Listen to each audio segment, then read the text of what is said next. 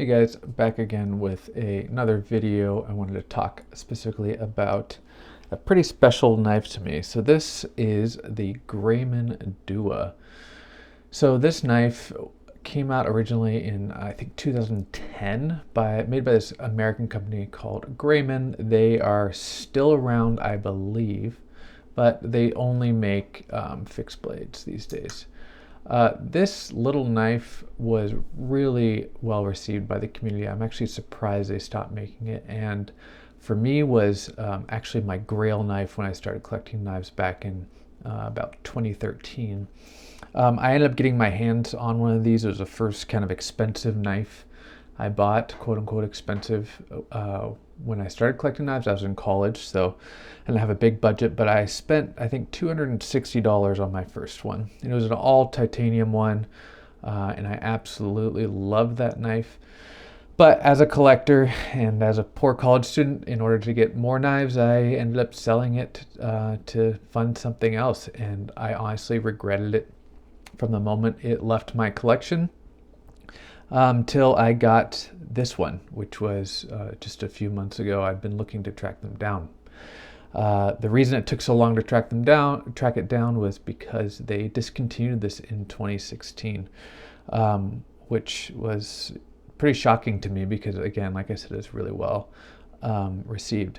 So one of the reasons that this knife is so special to me, like I said, is because it's my first grail knife, but also because this was kind of a first of its kind. It was really ahead of its time.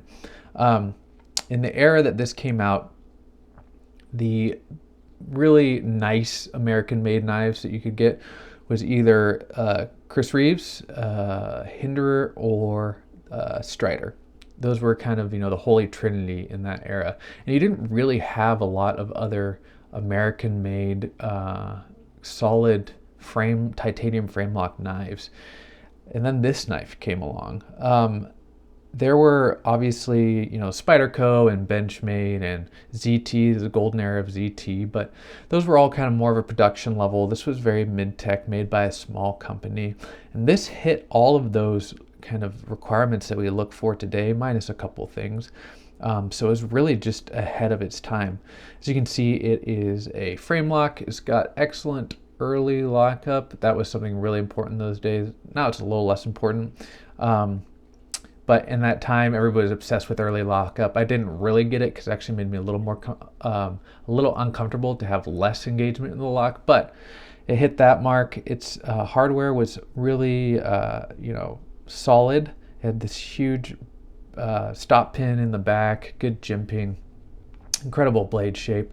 But one of the really cool things about this knife too is all of the hardware was actually interchangeable. I don't know if you can see that very well, but these body screws and the pivot screw, they all are identical actually. They all have this captured rear lock or rear mount, I guess. It's a captured screw, so you don't actually have to worry about it spinning freely. And all three of these are completely identical, so you can swap them out. So having non-proprietary, basically swappable hardware was super neat. It had an excellent thumb slope to disengage the lock, really good jimping, actually pretty solid ergos, and this drop point blade that was made from extremely thick blade stock, as you can see. This thing, I've seen it called a juggernaut, and I think that's a really good descriptor. It's quite heavy too. This is the carbon fiber version, so it is lighter than the full tie version, but this one comes in around, I think, 4.5 ounces, which for a knife this size is pretty heavy. Speaking of size, let's do a couple of size comparisons so you can kind of see what we're working with here. First, I'll bring in the Spyderco PM2, a classic kind of an evergreen model. As you can see, it's quite a bit smaller than the PM2. Then I will bring in the Spyderco PM3, also an evergreen model, and it is pretty darn close to the PM3 size. Actually almost identical, I would say. Let's take this out so you can kind of see that. So it's a small knife, but like I said, it is a juggernaut of a knife. It's heavy. It is extremely well built, locked up like a vault. It runs on washers. And then the final size comparison is the small Benchmade Griptilian. So it's a little bit bigger, about the same blade length, a little more handle than the Griptilian. This is one that I picked up in that era too. The interesting thing about this knife is that when it came out, like I said, it was an era of only Hinderer, Strider, and Chris Reeves. People called this actually the Sebenza killer. I mean, that sounds silly, but in that era, really the really high quality, really tough knives were all large knives. So you're thinking the Umnumzan, obviously, the large Sebenza, the large Sebenza 25, which is now the Inkosi, got renamed with the new model. And then you had your Striders, your Strider SNG, and obviously your Hinderers, the XMs, the XM18 and the XM24, which the XM18 is a 3.5-inch knife or blade, and the XM24 is almost a 4-inch blade, while this one is a 3 and I think 3/16 inch blade, full. Let's see, 3 and 3/16. Yeah, just about. Yeah, just 3 and 3/16, and then about a 3-inch cutting edge. Yeah, basically 3 inches on the dot for that cutting edge. Yeah. So in that era, you really just had these tough knives that were all massive, right? So this was really ahead of its time because it was that kind of golden 3-inch blade that's almost legal everywhere. I guess you could probably get a little bit in trouble in California because they're just over 3 inches on the actual blade. The cutting length is 3 inches. But and the only other knife really that compared to this was the small Sebenza and the Strider, the Strider PT. And the PT was notoriously bad QC in that time period. They had lock rock, lock stick, and they just didn't feel that great and weren't really high quality materials. Whereas this one, like I said, absolute bank vault. It's on washers, and you can see it is super smooth. This one obviously is old, so it's very well broken in, but dropped shut. You didn't even get that with the Chris Reeves knives.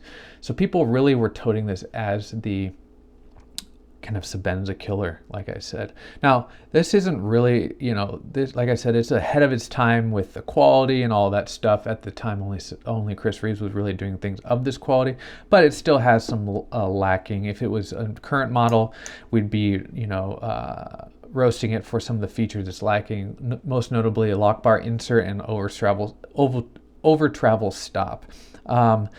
Speaking of that lock bar insert, that's probably one of the main issues that these knives had that people complained about. I remember going on the forums in the days and asking a question because the lock bar stick that I had on my first one was almost unusable. You had to use 2 hands on the lock bar. I had a couple where you had to grab it here and just pry as hard as possible because the lock bar would stick so much. I had a couple of instances where I actually had to put my Leatherman tool in here. I would tape around it and pry it open. And I remember going on the forums and asking what people did. I ended up putting graphite on the lock face, so just took a pen tool and drew on it. So it would be a little looser. That worked out fine until the knife was broken in, and then when it's broken, it's pretty solid. So what are some of the other features of this knife? Well, one is this jimping. This jimping also was extremely useful. You didn't see that a lot in this era of 2010 to 2013. It was really good jimping that's extremely useful. The ergos were solid. This worked as a finger stop. I'd say the chill cup wasn't great on this knife. This is this little flat spot here on the handle is not very confidence inspiring. If you were stabbing something, you could definitely slip up onto this blade, which brings us to my next point, and that was the blade didn't really have a good sharpening trail. You can see that this one has been sharpened. I have sharpened it, but the pretty large secondary bevel here, or the pretty large bevel here was put on by the previous owner, and you could see they really got into that, the lack of the choil there, a sharpening choil. So it had its problems. They were kind of recurved. It still has a little bit of recurve, but they were an excellent blade shape for kind of practical use minus the thickness.